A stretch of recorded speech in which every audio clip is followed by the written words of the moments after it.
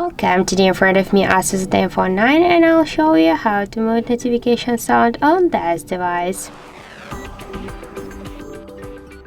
So first let's open the settings application, and after that tap on the sound and vibration.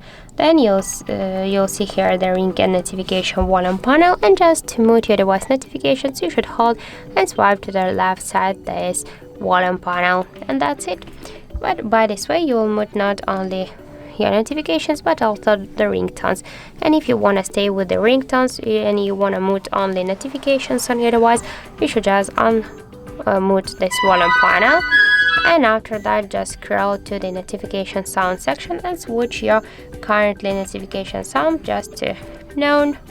Then you should go back again, and after that you will just see here that will just mute notification sound and will stay here with the ringtones. And that's it.